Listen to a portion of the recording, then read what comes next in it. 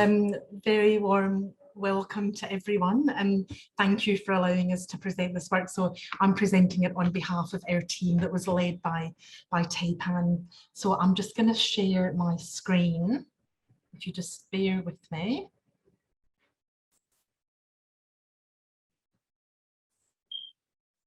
Okay, so you can see that. Yep.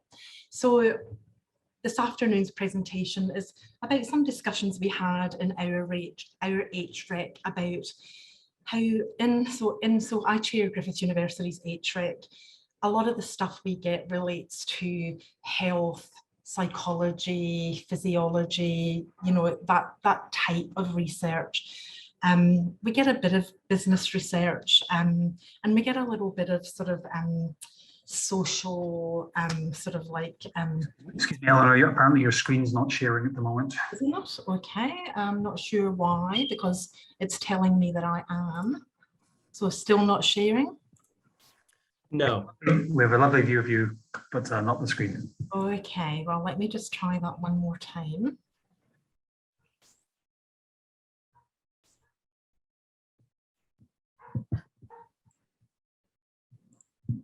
There we go. Is that going? Yep, that's It it. is. Okay. So let's go. Apologies for that. Okay, is that there? Yes. Excellent, thank you for that. Yeah, so anyway, just our HREC reflecting on, you know, sometimes we get applications for students who are international PhD students studying in Australia, want to do research back in their country of origin. And how does the national statement guide our thinking about making decisions about risk and benefit in context that we don't know what we don't know? So that really is what triggered this this presentation this afternoon. So just some background context. So the research that we're talking about today was happening in Indonesia. So for those of you who don't know much about Indonesia, as I don't, Indonesia's got the second highest deforestation rate in the world. Forests are rapidly being lost to agriculture, and the common things as around other countries in the world, palm oil, pulp, paper, etc. So this is impacting Indonesia because reducing biodiversity. Indonesia is now a country with a strong commitment to reversing this environmental damage. So the continued destruction and deforestation is impacting their ability to meet their global emission reduction targets. And while there are short-term economic gains here, there are obviously long-term environmental, social and economic concerns. And this is the tension that's playing out around the world, and it's playing out in Australia as well, but you know, in a sort of a different way. Ours relates to, you know, fossil fuels, etc. So now Indonesia has a strong focus on future sustainability. They're even hosting the G20 summit in 2022, and the mantra of that is recover together, recover strong. So that's the background context in which this research is happening. So the research itself is based in Indonesia.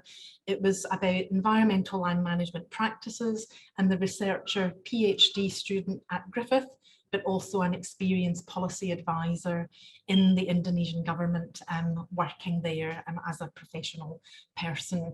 So that the researcher sought to interview 40 people, central government, local governments, climate change advocacy groups, and also the private sector.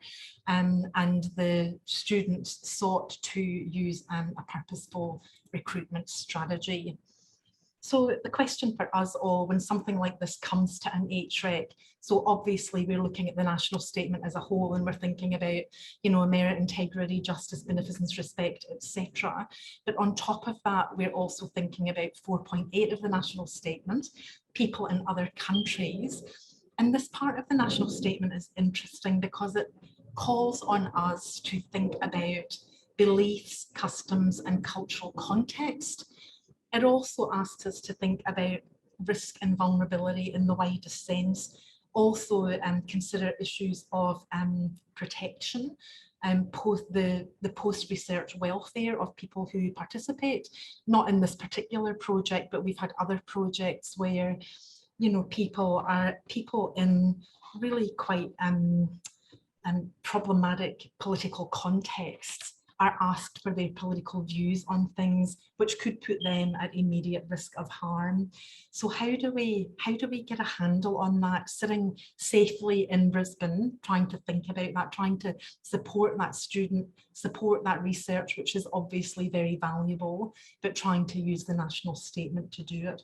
So there are multiple layers of vulnerability here that aren't immediately visible to an HREC, and that the national statement doesn't, may not fully trigger us to ask about. So just reflecting back on Mark's presentation earlier, you know, we need to think about not just the risks here, but the weighing of the benefits and risks for participants and researchers. So other risks and vulnerabilities here, as we started delving into this with the student, we've got that tension in this research between private commercial interests versus public interests. We've got individual goods versus common goods, like someone, you know, like obviously these industries in Indonesia are a massive source of employment.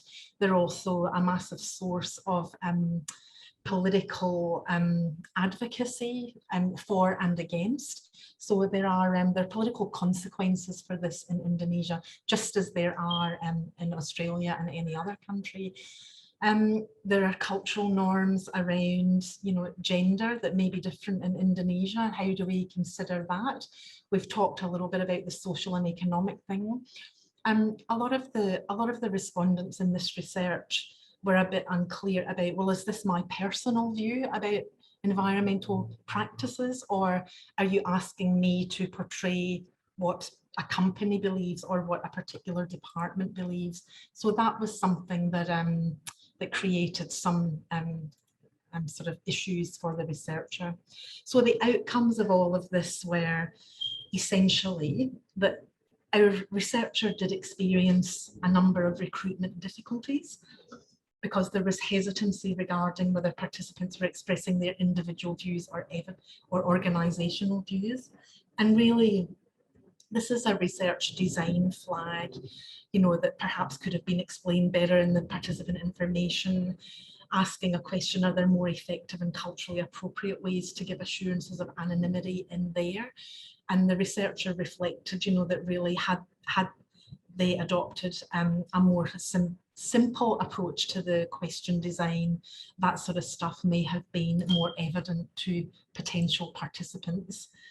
The other thing that became an issue, and I don't know whether HRECs can do anything about this other than be mindful and learn from our collective experience so that we can feed that back to our researchers and say, you know, you've got this far, but, you know, maybe you want to think about these other things that will help smooth the path of your research. So there were additional layers of permission beyond Australian HREC approval. So there was no particular HREC approval for the research in Indonesia, but when the researcher started trying to engage with various government officials and so on, there was this whole other layer of administrative permission that, that they were asked to provide.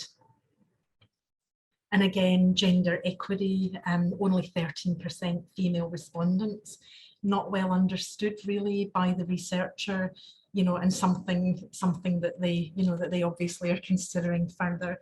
But the point is, all of these things, once you get through an HREC process, all of these additional things can make the research vulnerable and make the student vulnerable and the participants vulnerable.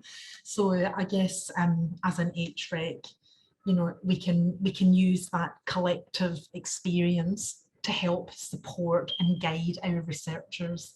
So that's kind of what we decided in the end. But the crux of our question here was, does 4.8 really capture consideration of the above? And is it the role of the HREC in any case to think about, well, what other, you know, administrative requirements might be made of you in an external context? To what extent can an HREC in Australia really know about the, you know, political, social, cultural, etc. issues? And if we think these things are important, then how could we know them? And really what we've sort of, I mean, we're very fortunate that we've got a very diverse committee at Griffith, and we have a number of members that have experience in exactly this type of research and in politically more contentious research than this that is being conducted overseas. But I guess, again, reflecting back to Mark's presentation earlier, it's really just about challenging the assumptions. So, and that's hard to do because you don't know what you don't know about the cultural assumptions that you're making. But I think it's important to really engage with researchers, ask questions, invite dialogue, and have a shared ownership, if you like, about getting these projects approved in a way that promotes the ethicality of the research, but that also actually promotes and helps the student to achieve getting it done. So that's all I wanted to say about that, but I'm happy to open the floor to discussion and questions on that. And I do want to thank Taipan and Ace and Hilary for their contribution. Thank you. Well, you've left us with some significant unanswered questions, and not rhetorical either. And Gordon, you've come up, you've got your hand raised. Over to you. You're muted, Gordon. That's so embarrassing being muted. Eleanor, thank you for that. As I listen to this, I'm just so reminded of some of the things that one comes across on university ethics committees. And do you think it's actually possible to get over like a certain threshold? You know, for example, if one was talking about people who are trafficked in another country, can you ever really get over that sort of threshold where an ethics committee can be certain of the benefit versus the risk, irrespective of how much you engage with the researcher? Yeah, look, I mean, I really think, Gordon, like, this is a cop-out answer, but it's really case by case, isn't it? And it's really like engaging with those, because you could talk about trafficking, and you could talk about, you know, that could be just people who were trafficked who are now sitting in safety, you know, or, you know, it could be people who are in some, you know, in a refugee camp on the border of a place where they fled trafficking from the country next door, and they still have lots of family there, and, you know, there's a possibility that their participation could, you know, put their family in danger. So I think, honestly, I think that you've just got to get to the specifics of the case by case, you know, and you know, for better or worse, be guided by the national statement. Yeah. I don't think it would that's a change over cop-out time answer. for any given place, wouldn't it? Sorry? It would change over time for any given place, wouldn't Oh, it? absolutely. Yeah, absolutely. Yeah. Yeah. Yeah. And it's just, you know, it's just, I think it's important. I think those, I mean, we see a bit of this in the university sector, you know, students doing things overseas, and often, you know, with the best of intention, and, you know, like really starkly important social justice issues, you know, but you've got to, you know, and often they come at it with a naivety around, well, you know, if it all goes pear-shaped, I'll just get out, you know, and I say to them, well, that's your first assumption that might not be correct. You know, what if you can't get out, you know? So it is interesting. I just think it's important, as everyone has been saying throughout the course of this conference, you know, I think HRECs need to take a more proactive, dialogical approach and partner with research, not be seen as the obstacle to doing what I want to do, but the partner to doing what I want to do ethically, safely, for the right, you know, for good reasons, etc. Helping people do what they want to do, just doing it better for our benefit, for our input. Yeah. Thank you, Ellen.